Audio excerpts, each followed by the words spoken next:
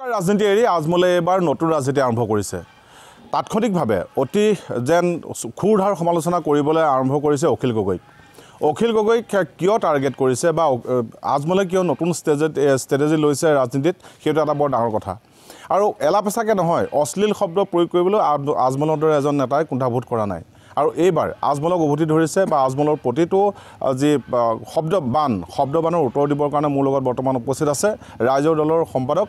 আজিজুৰ ৰহমান মোৰ লগত উপস্থিত আছে। আৰু তেখেতৰ মুখে পোনে পোনে আমি আজমলে বৰ্তমান কি কৰি আছে তাৰ প্ৰত্যুত্তৰ ইতিমধ্যে অখিল গগৈ দিছে যদিও সমান্তৰালভাৱে আজিজুৰ ৰহমানৰ পৰা প্ৰতিক্ৰিয়া বিচাৰিম। কি ক'ব যে আজমলৰ নতুন ৰাজনীতি আৰম্ভ হৈছে এইবাৰ? আচ্ছা, বদৰুদ্দিন আজমল ডাঙৰীয়াই 3টা কাৰ্যকালৰ কাৰণে ধুবুৰী লোকসভাৰ পৰা তেখেতে সাংসদ হিচাপে নিৰ্বাচিত হৈ গৈছিল। তেওঁ দক্ষিণ শালমৰা সমষ্টিৰ পৰা বিধানসভাতো নিৰ্বাচিত হৈছিল, যমুনামুখৰ পৰা বিধানসভালৈ নিৰ্বাচিত হৈছিল। তেখেতে ভাবিছিল যে তেখেত সংখ্যালঘু সমাজৰ এজন অবিসম্বাদী তেখেত নেতা বা তেখেতে নিজকে স্বয়ম্ভু মালিক বুলি ভাবে, সংখ্যালঘুসকলৰ মালিক বুলি তেখেতে ভাবি আছিলে। কিন্তু আপোনালোকে সকলোৱে জানে যে যোৱা লোকসভা নিৰ্বাচনৰ সময়ত ৰাইজৰ দলৰ সন্মানীয় সভাপতি অখিল গগৈ দেৱে ধুবুৰী লোকসভা সমষ্টিৰ বিভিন্ন প্ৰান্তত প্ৰায় 44 নাম্বাৰ্ছ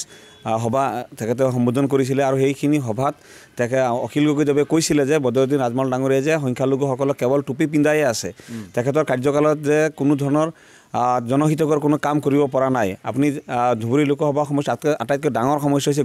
গৰাখহনীয়া সমস্যা। বানপানীয়ে মানুহক জুৰুলা কৰে। গৰাখহনীয়ে হাজাৰ হাজাৰ বিঘা মাটি ইতিমধ্যে নদীত জাহ গৈছে, হাজাৰ হাজাৰ মানুহ আজি বেঘৰ হৈছে। এই সমস্যাসমূহ লৈ তেখেতে কেতিয়া আন্দোলন কৰিছিল বা কেতিয়া পাৰ্লিয়ামেণ্টত বা ৰাজপথত কেতিয়া আন্দোলন থিয় কৰাইছে? 15 বছৰ তেখেতে একে লেঠাৰিয়ে সাংসদ নিৰ্বাচিত হৈছে। ভোটাৰৰ সমস্যা আছে, সেই অঞ্চলৰ আৰ্থসামাজিক উন্নয়নৰ কথা আছে, ৰাস্তা ঘাটৰ পদূলিৰ কথা আছে। কোনো এটা দিশত বদৰুদ্দিন আজমল ডাঙৰীয়াই সাংসদ হিচাপে তেখেতে কোনো ধৰণৰ ভূমিকা পালন কৰিব পৰা নাই। আৰু এই কথাখিনি অখিল গগৈদেৱে যেতিয়া ৰাইজৰ আগত উদঙাই দিলে, ৰাইজৰ আগত উপস্থাপন কৰি দিলে, সুন্দৰভাৱে উপস্থাপন কৰি দিলে, ৰাইজে বুজি পালে যে এই ব্যক্তিজন কি কৰে। এই ব্যক্তিজনে এটা কামেই কৰে যে অসমত কেনেকৈ এটা ধৰ্মীয় মেৰুকৰণৰ ৰাজনীতি কৰিব পৰা যায়। তেখেতে ডক্টৰ হিমন্ত বিশ্ব শৰ্মা ডাঙৰীয়াৰ লগত এটা সনাপিটিকা কৰি লৈছে যে ভাই মই এই নামনি অসমত এইটো কথা ক'ম, আপুনি উজনি অসমত সেই কথাটো ক'ব। আমি দুটা মিলি গ'লে বেলেগ কোনো দলে এটা চৰকাৰ গঠন কৰিব নোৱাৰিব। আপুনি মুখ্যমন্ত্ৰী হৈ থাকক আৰু আমাক যিখিনি সুবিধা কৰি দিব লাগে সেইখিনি আপুনি কৰি থাকিব লাগিব। মানে অখিল গগৈক ভয় লগতে বিজেপিক তোষামোদ সেইটো কৰিবৰ কাৰণে বদৰুদ্দিন আজমলে এনেকুৱা ধৰণৰ কাম কাজ বা কথা বাৰ্তাবিলাক আৰম্ভ কৰিছে নেকি? নিশ্চিতভাৱে মই সেইখিনি কথাই ক'ব বিচাৰিছিলোঁ যে তেখেতে মেৰুকৰণৰ যি ৰাজনীতি, এই মেৰুকৰণৰ ৰাজনীতিটো খুব সুন্দৰভাৱে কৰি আহিছিলে। আৰু এই কথাটো, এই যিটো এই ৰাজটো অখিল গগৈদেৱে ৰাইজৰ আগত উদঙাই দিলে। ৰাইজৰ আগত উদঙাই দিয়াৰ কাৰণে 10,35,000 ভোটৰ ব্যৱধান হাৰিছে। যিজনে নিজকে স্বয়ম্ভু মালিক বুলি ভাবে, সংখ্যালঘুসকলৰ ত্ৰাণকৰ্তা বুলি ভাবে, সংখ্যালঘুসকলৰ তেখেতে গোটেই সমস্যা সমাধান কৰি দিম বুলি তেওঁ কৈ থাকে, সেইজন ব্যক্তিক সংখ্যালঘু সমাজেই 10,35,000 ভোটৰ ব্যৱধানত মানে তেখেতক প্ৰত্যাখ্যান কৰিছে। প্ৰত্যাখ্যান কৰাৰ পিছত তেওঁ মানসিকভাৱে ভাৰসাম্য হেৰুৱাই পেলাইছে। মানসিকভাৱে ভাৰসাম্য হেৰুৱাই পেলাই ৰাতি যেতিয়া তেখেতে শুই থাকে, তেখেতে আৰু বেলেগ কাকো দেখা নাপায়, টোপনি পাই সাৰ পাই যায়। অখিল গগৈৰ নাম তেখেতৰ মনত আহি যায়। যেতিয়া সপোনতে অখিল গগৈ দেখা আৰম্ভ কৰি দিলে। আৰু সেই অখিল গগৈ যেতিয়া যোৱা 3 দিন আগত বিন্নাকান্দি নতুনকৈ গঠিত হোৱা বিন্নাকান্দি সমষ্টি, পুৰণা যমুনামুখ সমষ্টিৰ ডবকা চাৰিআলি যেতিয়া সভাখন কৰিলে, সেই সভাখন কৰাৰ পিছত তেখেতৰ যি মানসিকভাৱে যিখিনিও মানে সন্তুলন আছিলে সেইখিনিও হেৰুৱাই পেলাইছে। আৰু হেৰুৱাই পেলাইছে কাৰণেই কোনো এজন সভ্য মানুহে এনেকুৱা ধৰণৰ শব্দ প্ৰয়োগ কৰিব নোৱাৰে। এটা গণতান্ত্ৰিক দেশত, গণতান্ত্ৰিক ব্যৱস্থাত ৰাজহুৱাভাৱে এনেকৈ যিবিলাক শব্দ ব্যৱহাৰ কৰিছে, মই আকৌ কৈ আছোঁ, কোনো এজন সভ্য মানুহে এনেকুৱা ধৰণৰ শব্দ ব্যৱহাৰ কৰি কোনো ৰাজনৈতিক নেতাক এনেকৈ সমালোচনা কৰিব নোৱাৰে। কিয় তেওঁ এনেকুৱা কৰি আছে? কাৰণ তেওঁ এইকাৰণেই কৰি আছে কাৰণ তেওঁ এতিয়া মানসিকভাৱে সুস্থ নহয়। গতিকে আমি AIDF দলৰ নেতাকৰ্মীসকলক আহ্বান কৰোঁ যে বদৰুদ্দিন আজমল ডাঙৰীয়াই ধুবুৰী নিৰ্বাচনত পৰাজিত হোৱাৰ পিছত তেখেতে মানসিক ভাৰসাম্যতা হেৰুৱাই পেলাইছে। গতিকে অতি শীঘ্ৰে বদৰুদ্দিন আজমল ডাঙৰীয়াক যদি মানসিক ৰোগ বিশেষজ্ঞ এজনৰ লগত তেখেতক যদি চিকিৎসা কৰোৱা নহয়, তেওঁ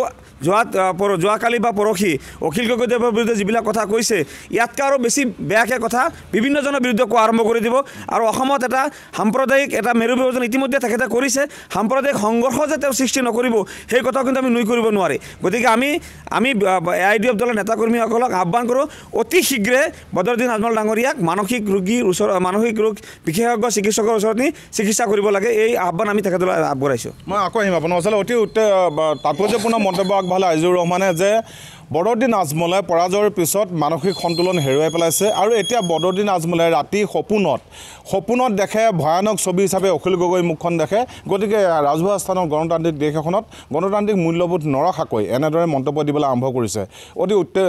তাৎপৰ্যপূৰ্ণ মন্তব্য সঁচাকৈয়ে বদৰুদ্দিন আজমলৰ নতুন ষ্ট্ৰেটেজি নেকি অখিল গগৈ গালি পৰাটো মই পুনৰ এটা কথাই ক'ব বিচাৰিম যিহেতু মুছলমানসকলৰ মাজত সংখ্যালঘুসকলৰ মাজত জৰা ফুকাৰ ৰাজনীতি বহুদিন কৰিলে বহুদিন তেওঁ গাদীত বহিলে তাৰপিছত অন্ততঃ চাগে এইবাৰ চাগে সেই ৰাইজসকলৰ সেই ভোটাৰসকলৰ মোহভংগ হ'ল বদৰুদ্দিন আজমলৰ আৰু জৰা ফুকাৰ ৰাজনীতি তেওঁ ভুল নাযায় গতিকে তেওঁ যোৱাবাৰো দেখা পোৱা গৈছিলে যে বিজেপি বি টিম হিচাপে কাম কৰি আছিলে ঠিক এইবাৰ বিজেপিক তোষামোদ কৰিবলৈকে হওক বা নতুন ৰাজনীতি ষ্ট্ৰেটেজি হিচাপে অখিল গগৈ গালি পাৰিবলৈ আৰম্ভ কৰিছে নেকি সেইটো এটা সৰ্বত্ৰ এতিয়া এই কথাটোৱে আলোচনা হৈ আছে মই পুনৰ আপোনাৰ ওচৰলৈ আহিম যে কেনেধৰণে আপোনালোকে প্ৰত্যুত্তৰ দিব নিৰ্বাচনী প্ৰেক্ষাপটত নিৰ্বাচনী ক্ষেত্ৰখনত বদৰুদ্দিন আজমলক কেনেধৰণে আপোনালোকে ইয়াৰ মানে প্ৰত্যুত্তৰ দিব যিহেতু নিৰ্বাচন আহি আছে ২৬ নিৰ্বাচনো আহি আছে পঞ্চায়ত নিৰ্বাচনো সমাগত চাওক আমি ৰাইজৰ দলে ইতিমধ্যে আমাৰ সিদ্ধান্ত লৈছোঁ আৰু সেইমতে আমি ৰাইজৰ মাজলৈকে গৈ আছোঁ আমাৰ যিকেইটা প্ৰাথমিক আমাৰ কৰ্মসূচী আছে তাৰ ভিতৰত এটা ১ নম্বৰ কৰ্মসূচীটো হৈছে যে আমি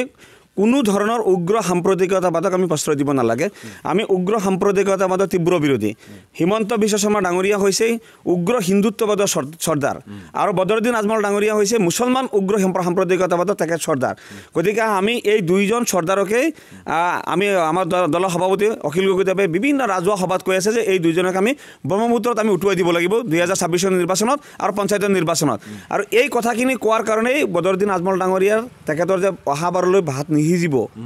এই কথাটো তেওঁ উপলব্ধি কৰিব পাৰিছে বেলেগে নুবুজিলেও নিজেতো বুজা যায় যে নিজৰ অৱস্থাটো কি হ'ব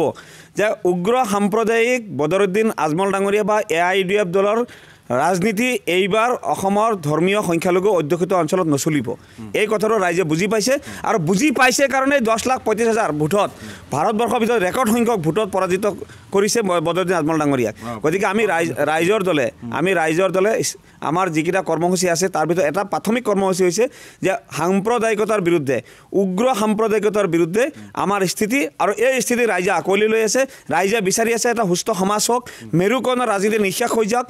হিন্দু বা মুছলমানৰ এই যিটো ভাগৰ ৰাজনীতি নিঃশেষ হৈ যাওক ৰাইজৰ দলে সকলোকে কৈ আছে সকলো ধৰ্মৰ লোকে ৰাইজৰ দলত স্থান পাব সকলো ধৰ্মৰ লোককে ৰাইজৰ দলে সন্মান প্ৰদৰ্শন কৰিব সমান মৰ্যাদা দিব সমান অধিকাৰ পাব গতিকে আমি এই যি শ্লোগান লৈ ৰাইজৰ মাজলৈকে গৈ আছোঁ ৰাইজৰ মাজলৈকে যোৱাৰ পিছত ৰাইজে আমাক আঁকোৱালি লৈ আছে অখিল গগৈদেৱক আঁকোৱালি লৈ আছে হাজাৰ মানুহে কেৱল যে ধৰ্মীয় সংখ্যালঘু অধ্যুষিত অঞ্চলত ধৰ্মীয় সংখ্যালঘু অঞ্চলতে যে আমাৰ হাজাৰ মানুহ হৈছে তেনেকুৱা নহয় আপোনালোকে যদি মাৰ্ক কৰি আছে আমাৰ যোৱা ৪-৫-৭ দিনমান আগত মাৰ্ঘেৰিটা যিটো জনসভা হৈছে কিমান হাজাৰ মানুহ হৈছে আমাৰ আমি ডিমৌ সমষ্টিত আপোনাৰ শিৱসাগৰ সমষ্টিত মাহমৰা সমষ্টিত আপোনাৰ কি কয় নতুনকৈ যিটো সমষ্টি হৈছে মাকুম সমষ্টিত আমাৰ প্ৰত্যেকটো সমষ্টিতে আমাৰ সভা সমিতিবিলাক চলি আছে চিচি বৰ্গ সমষ্টিত আমাৰ হাজাৰ মানুহে সমাগম হৈ আছে গতিকে অসমৰ হিন্দু মুছলমান খ্ৰীষ্টিয়ান সকলো ধৰ্মৰ লোকে ৰাইজৰ দলক আমাৰ লাহে লাহে আমাৰ ৰাইজৰ দলক আঁকোৱালি লৈ আছে গতিকে যিসকলে উগ্ৰ সাম্প্ৰদায়িকতাবাদক বিশ্বাসত লৈ ৰাজনীতি কৰে তেওঁ লাগিলে মুছলমান উগ্ৰ সাম্প্ৰদায়িকতাবাদী হওক তেওঁ লাগিলে হিন্দু উগ্ৰ সাম্প্ৰদায়িকতাবাদী হওক দুই পক্ষৰে আমি শত্ৰু হৈ গৈছোঁ দুই পক্ষই এতিয়া ভাবি আছে যে ৰাইজক যিহেতু আচল কথাখিনি বুজাই দিব পাৰিছে অখিল গগৈয়ে সক্ষম হৈ আছে গতিকে অখিল গগৈ কেনেকৈ ডেমেজ কৰিব পৰা যায় তাৰ কাৰণে আমাৰ কিছুমান এলিগেশ্যন আনি আছে আমি কেৱল ৰাইজৰ দলে সংখ্যালঘু অধ্যুষিত অঞ্চলতে গৈ আছোঁ কোনো কেতিয়াও তেওঁলোকে স্বীকাৰ নকৰে যে মাকুমত বা কি কয় কি আমি মাৰ্ঘেৰিটা ডিগবৈত এইবিলাক যে আমি সভা সমিতি কৰি আছোঁ তাত যে জনসমাগম হৈ আছে এই কথাবিলাক কোনো স্বীকাৰ নকৰে গতিকে আমি স্পষ্ট কথা আমি উজনি নামনি বৰাক পাহাৰ বা বড়োলেণ্ড আমি সকলো ঠাইতে ৰাইজৰ দলে আমাৰ স্থিতি মজবুত কৰিবৰ কাৰণে আমাৰ সাংগঠনিক কাম কাজ আমাৰ কুচকাৱাজ চলি থাকিব আৰু উগ্ৰ সাম্প্ৰদায়িকতাবাদক আমি অসমৰ পৰা মহিমূৰ কৰি এটা সুস্থ বা ধৰ্ম নিৰপেক্ষ আৰু সকলোৱে যাতে সমান মৰ্যাদাৰে সমান অধিকাৰ ভোগ কৰি খাব পৰা যায় তেনেকুৱা এটা পৰিৱেশ অসমত ঘূৰাই আনিবৰ কাৰণে আমি চেষ্টা অব্যাহত ৰাখিছোঁ হয় এই আছিলে ৰাইজৰ দলৰ কেন্দ্ৰীয় সম্পাদক ৰাজ্যিক সম্পাদক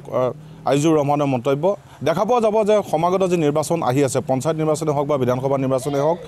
ৰাইজৰ দলে এটা কথা স্থিতি তেওঁলোকে স্পষ্ট কৰিছে যে এইবাৰ ৰাজনীতিত এইবাৰ নিৰ্বাচনসমূহত ধৰ্মীয় মেৰুকৰণৰ ৰাজনীতি শেষ কৰি পেলাব তেওঁলোকে ৰাইজৰ মাজত সেইখিনি পেলাবলৈ যত্ন কৰিছে আৰু তাতেই ভয় খাইছে হিমন্ত বিশ্ব শৰ্মা আৰু বদৰুদ্দিন আজমলহঁতৰ দৰে নেতাই দেখা পোৱা যাব ৰাইজে আঁকোৱালি লয় নে নলয় যি ঢৌ নিৰ্বাচনী ঢৌত সঁচাকৈ উঠি যাবনে নাযায় ধৰ্মীয় মেৰুকৰণৰ যি ৰাজনীতি সেই ৰাজনীতিৰ ঢৌত আগন্তুক সময়ত উঠি যাব নাযায় সেয়া লক্ষণীয় হ'ব আৰু যদি সঁচাকৈ ৰাইজৰ দলৰ এই লক্ষ্যত উপনীত হয় নিতান্তই ক'ব লাগিব ভাৰতীয় যি সংবিধান এই সংবিধানত উল্লেখ থকা গণতন্ত্ৰ প্ৰতি এক শুভ লক্ষণ বুলিয়ে ক'ব লাগিব দেখা পোৱা যাব পৰৱৰ্তী নিৰ্বাচনত ৰূপ কেনেকুৱা হয় আপুনি বিচৰা বাতৰি পাব কেৱল নিউজ 18 এপত নিউজ 18 এপ ডাউনলোড কৰিবলৈ স্ক্যান কৰক এই QR কোড গুগল প্লে ষ্টৰতো পাব এই নিউজ 18 এপ